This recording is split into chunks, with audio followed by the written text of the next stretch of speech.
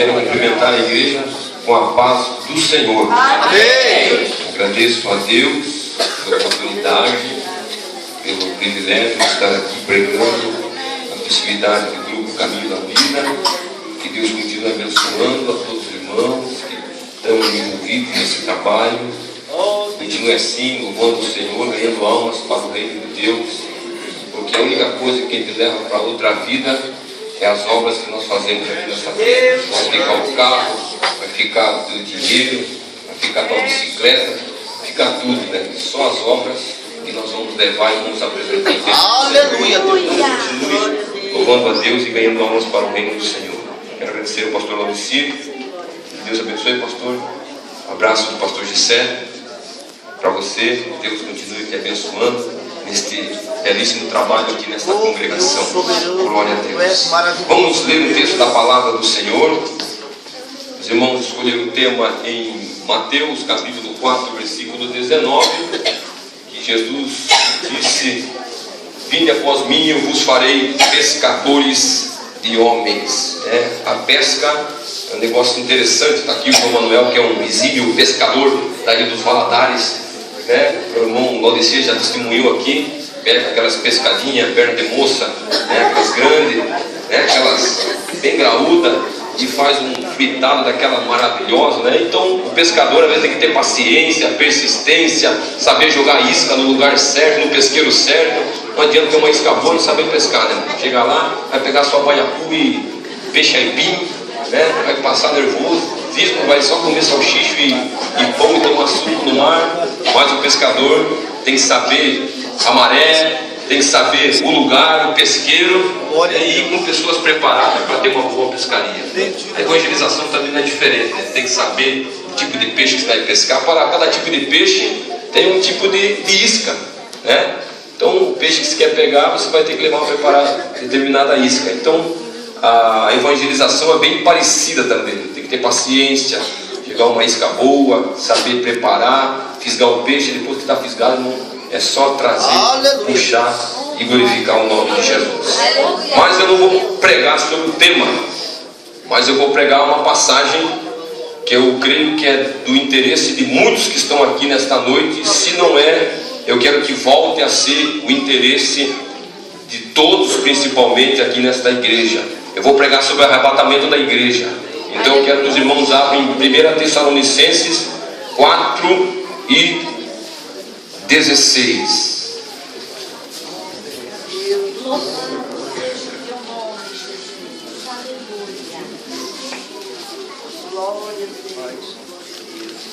Aleluia. 1 Tessalonicenses 4 e 16. Quem encontrou pode dizer amém? Amém. A palavra do Senhor diz assim: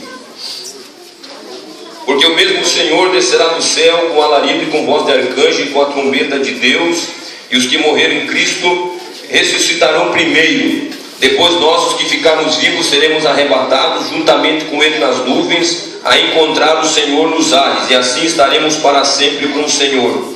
Portanto, consolai-vos uns aos outros com estas palavras. Amém? Tenha sentado, por gentileza.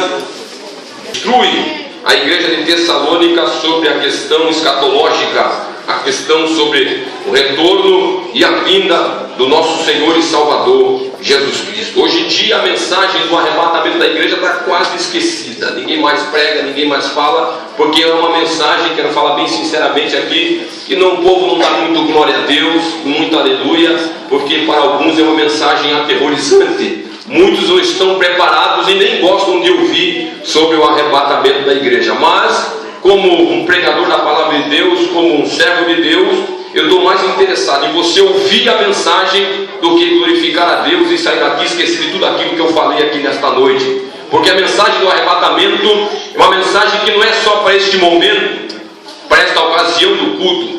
É uma mensagem que vai acompanhar a tua vida. Você vai sair daqui e vai pensar 2, 3 vezes para pecar, 2, 3 vezes para fazer algo errado, porque no deslize, no descuidar da vida, se o camarada continuar na vida de pecado, com certeza ele vai entristecendo a Deus, entristecendo o Espírito Santo, ele vai perdendo a sua salvação, ou pode perder a sua salvação.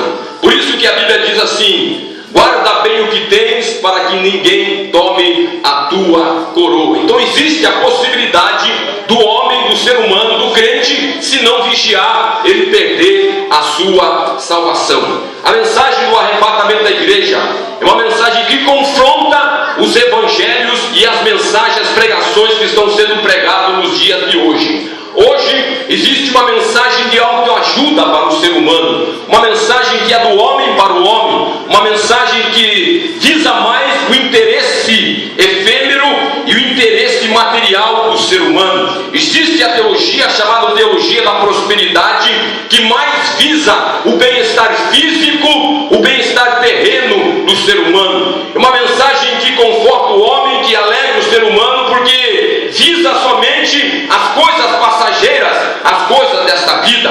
O homem é convidado a entrar numa igreja evangélica e às vezes crê em promessas humanas, em promessas terrenas. Se você é rico, você vai passar a ser. Se você é pobre, você vai passar a ser rico. Se você não tem carro, você vai passar a ter carro. Se você mora de aluguel, vai passar a morar em casa própria. Ou se mora em casa própria, vai morar em um apartamento de luxo. Se você é empregado, vai passar a ser patrão. Então é uma mensagem que agrada o ser humano. É uma mensagem que mais fala sobre as coisas materiais do que as coisas espirituais. E essa mensagem, esse evangelho de hoje em dia, tem envenenado alguns crentes, tem matado a fé e esquecido da genuína mensagem do evangelho, que é o evangelho da cruz, o evangelho do Cristo que morreu, do Cristo que padeceu, mas que ao terceiro dia ressuscitou, mas está vivo para todo sempre e está conosco aqui nesta noite. Por isso que muitos não querem ouvir essa mensagem, porque não é uma mensagem que não dá aquela satisfação carnal do ser humano, e também é a mensagem do arrebatamento da igreja, a mensagem que eu vou pregar aqui nesta noite, porque é uma mensagem, como eu já falei, que para muitos é algo aterrorizante, é algo do que causa medo, é algo que causa espanto, porque é um grande mistério. Muitos já foram. Uma irmã hoje na nossa ilha lá partiu para o Senhor. Quem está aqui não quer ir, mas quem está lá também não quer voltar, porque lá é um lugar de maravilhas,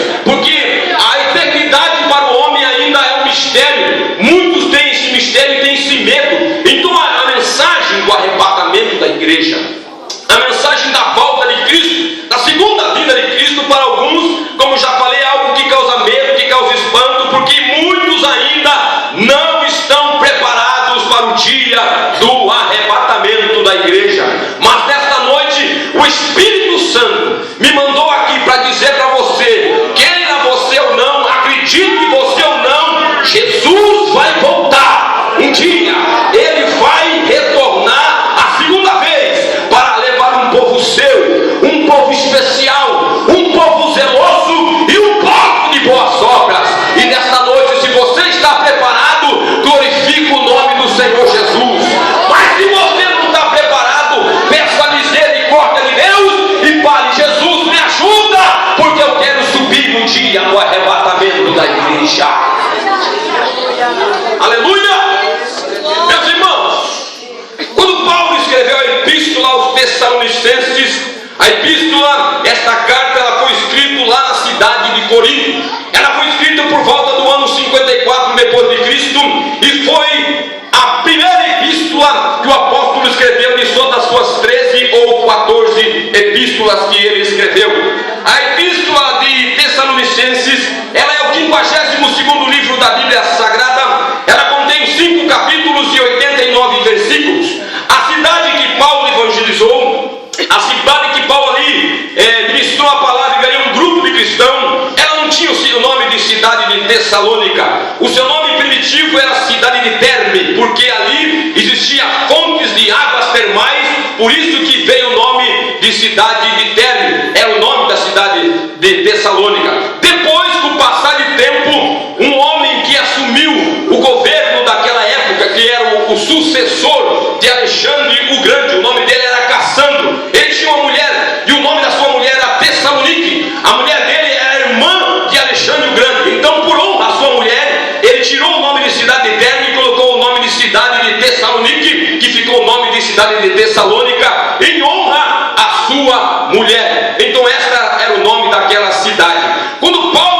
chegou ali, Paulo fundou aquela igreja na sua segunda viagem missionária. Isso está em Atos capítulo 16, versículos 39 até o capítulo 17. Paulo chegou ali, procurou uma sinagoga e pregou ali por 3 sábados. Paulo pregando por 3 sábados, Paulo começa a ganhar muitas pessoas para Cristo. Mas de repente, algumas pessoas que estavam ali, principalmente os judeus, movidos pela inveja, pela dor do cotovelo, porque Paulo pregava muito bem, ensinava muito bem, ganhou algumas pessoas para Cristo e pensavam que Paulo ia causar uma grande revolução.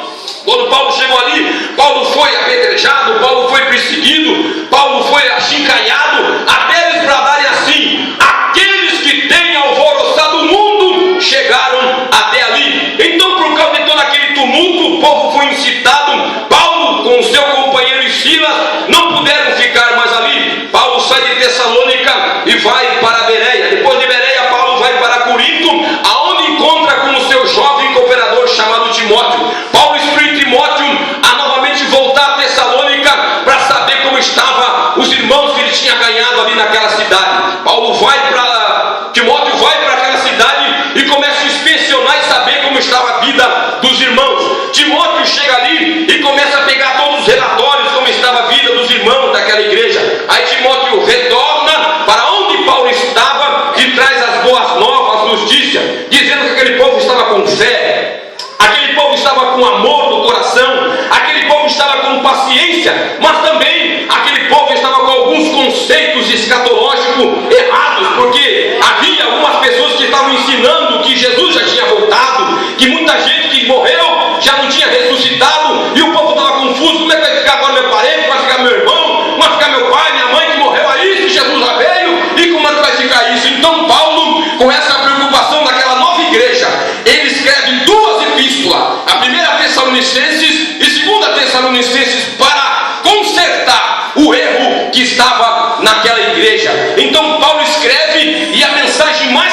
clara do arrebatamento da igreja é a mensagem que eu li aqui nesta noite, em 1 Tessalonicenses 4, que começa no capítulo 13, quando Paulo diz: porém, irmãos, não quero que sejam ignorantes acerca daqueles que já dormem, ou seja, aqueles que morreram um dia, Jesus voltará a trazer eles à vida. Jesus vai voltar um dia e vai ressuscitar aqueles que morreram. Então Paulo começa a trazer ali algumas verdades do arrebatamento para aquela igreja, e é sobre isso que eu quero falar aqui nesta noite, sobre algumas verdades. Quem sabe que você não sabe, quem já sabe vai ouvir de novo, porque a mensagem do arrebatamento é a mensagem que santifica a nossa vida e que nos leva a viver uma vida mais reta diante de Deus. Então é sobre isso que eu quero falar, algumas verdades do arrebatamento da igreja. Mas antes que eu fale aqui sobre estas verdades, eu quero falar aqui sobre que a Bíblia, ela afirma categoricamente, meus irmãos, que Cristo um dia ele vai voltar. Queira o homem ou não, queira o diabo ou não, queira você ou não, Jesus Cristo um dia ele vai voltar, meu irmão. E pode ser hoje, pode ser amanhã, eu não sei. O dia nós não sabemos. A Bíblia fala que ele virá como um ladrão de noite. Se o pai de família soubesse a que horas da vigília da noite viria o ladrão, ele se prepararia, esperaria o ladrão, mas ele não sabe. Jesus ele vai voltar, meu irmão. Vários escritores da Bíblia falaram, explicaram que um dia Jesus vai voltar. E não é coisa só do Novo Testamento, é coisa lá do Antigo Testamento também. Existem vários personagens bíblicos, vários homens de Deus que falaram e que explicaram que Jesus iria voltar. Eu não vou citar aqui todos aqueles que falaram, porque o tempo não dá, meu irmão, para nós citar todos, mas quero citar aqui somente 2 que falaram. Um foi o profeta Daniel. O livro do profeta Daniel é um livro escatológico que trata de coisas a respeito do fim, e Daniel falou também que um dia Jesus ia voltar. Escuta o que Daniel falou. Daniel falou em capítulo 7, versículo 13: e estando eu olhando nas minhas visões de noite, eis que vinha nas nuvens do céu um como filho do homem. Então Daniel afirmou que um dia o filho do homem, que é apontando para o Novo Testamento, Jesus Cristo, ele vai voltar. Malaquias, no capítulo de número 3, versículo 2, ele também falou, ele falou bem assim: mas quem suportará o dia da sua vinda, e quem subsistirá a pergunta, porque ele será como o fogo do ourives e como o sabão dos lavandeiros. Aleluia! Então, os profetas do Antigo Testamento vaticinaram, falaram que Jesus um dia retornaria. Aí no Novo Testamento está recheado, meu irmão. Está muita coisa falando. Pedro foi um que falou na sua segunda epístola, capítulo 3, versículo 10. Ele disse assim, ó: mas o dia do Senhor verá como ladrão de noite, no qual os céus passarão com grandes trondos, e os elementos ardendo se desfarão, e a terra e as obras que nela há se queimarão. Então Jesus vai vir. Paulo, que eu citei aqui, a epístola que nós estamos lendo, Paulo falou muito sobre arrebatamento da igreja. Foi o homem que mais explicou, que mais ensinou e que mais doutrinou o povo a respeito do arrebatamento da igreja. Ele disse em 1 Coríntios 11, 26, que é o texto que nós temos todo o culto, meu irmão, de Santa Ceia, porque todas as vezes que beberes esse pão e comeres este cálice, anunciais a morte do Senhor até que ele venha. Filipenses capítulo 3, versículo 20, Paulo disse assim: porque a nossa cidade, ela está no céu, aonde aguardamos Jesus Cristo, nosso Senhor e nosso Salvador. Meu irmão, o teu lugar não é aqui. A Bíblia fala que nós somos peregrinos e forasteiros em terra estranha. O que é um peregrino? O que é um forasteiro? O peregrino está de passagem. O peregrino, ele é uma pessoa que ele está naquele lugar, mas ele não é dali. Ele está passando por ali, mas ele não mora ali. Ele é de um outro lugar, ele é de uma outra pátria, ele é de um outro país. Você, meu irmão, você não é daqui. Você pode estar aqui, mas você não é daqui. Você é do céu, e é para lá que você vai no dia do arrebatamento da igreja. Aleluia. Aleluia. Paulo disse em 1 Coríntios capítulo 15, versículos 51: eis que vos digo um mistério. Na verdade, nem todos dormiremos, mas todos seremos transformados. Aleluia, Deus. Aquilo que é mortal se revestirá da imortalidade. Aquilo que é corruptível se revestirá da incorruptibilidade. Num abrir e num piscar de olhos, ante a última trombeta de Deus, você vai ser arrebatado. Além de todos esses que eu citei aqui que falaram, Jesus também não deixou de falar sobre o dia, sobre o momento da sua vinda. Só a palavra de Jesus aqui já é suficiente, meu irmão. Porque se nós não acreditarmos na palavra dele, irmão, o que vale? A sua palavra. 1 João capítulo 14, ele diz ali: não se turbe o vosso coração. Credes em Deus, credes também em mim. Na casa do meu pai há muitas moradas. Se não fosse assim, eu teria dito: eu vou preparar lugar, mas virei outra vez, para que quando eu vier, aonde eu estiver, você vai estar junto comigo. Ou seja, Jesus falou que ele vai voltar. Ele mesmo disse, ele mesmo falou, ele mesmo prometeu que ele voltaria. Aleluia. Ele falou assim: e vos levarei para mim mesmo.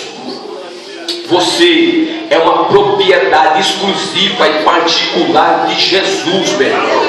Jesus vai vir buscar aqueles que são seus, somente aqueles que são seus. Aleluia. Ele disse, ele prometeu, e se ele falou, meu irmão, pode esperar. Ah, meu avô falava que Jesus vai voltar, ele não voltou. Ah, minha avó falava que Jesus vai voltar, ele não voltou. Meu irmão, pode aguardar, ele vai vir, meu irmão, ele vai vir. Jesus não é político que promete em tempo de campanha que vai fazer ponte até onde não tem rio, e quando chega na época de fazer não faz nada, porque Jesus não é político. Ele é Deus, ele é Senhor, ele é um Deus de palavra. Ele disse assim: os céus passarão, a terra vai passar, mas a minha palavra não vai passar. Jesus é fiel, ele vai voltar.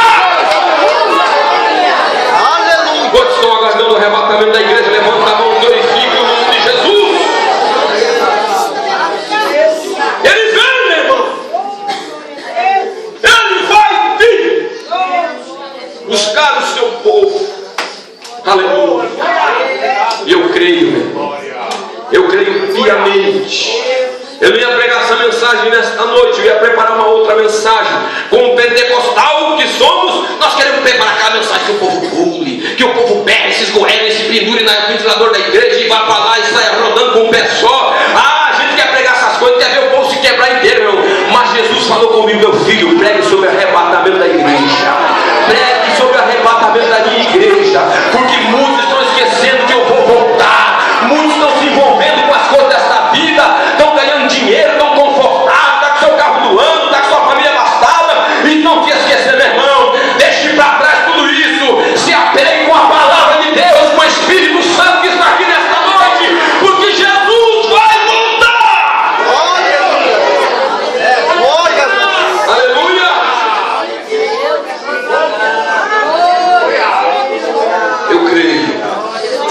Eu creio nisso que eu estou falando aqui. Não porque é eu que estou falando, é porque a própria palavra de Deus diz, o próprio Jesus falou. E Paulo aqui, em 1 Tessalonicenses, ele fala sobre algumas verdades. E a primeira verdade que eu quero enfatizar aqui, que Paulo ensina para aquela igreja, sobre o arrebatamento da igreja. A primeira verdade que Paulo ensina, ele diz que o mesmo Senhor descerá do céu. Aleluia. A primeira verdade que Paulo ensina, o mesmo Senhor descerá do céu. O Senhor Jesus, Ele não enviará um anjo e nem qualquer outro emissário para fazer isto. Ele vai vir pessoalmente, Aleluia. buscar o seu povo. Glória a Deus. Ele não vai dar ordem para anjo nenhum, nem para Miguel, que é o maior anjo da esfera angelical. Ele mesmo se encarregará de vir buscar aqueles que são seus. Aleluia, Deus. Ele mesmo. Aí vai se cumprir João capítulo 14. E virei outra vez e vos levarei para mim mesmo. Vai se cumprir essa palavra. Aleluia. Será o momento em que o Senhor Jesus deixará o seu trono no céu e virá pessoalmente ao encontro da sua igreja, a fim de levá-la para a casa do Pai. Oh, vai ser um momento maravilhoso, meu irmão.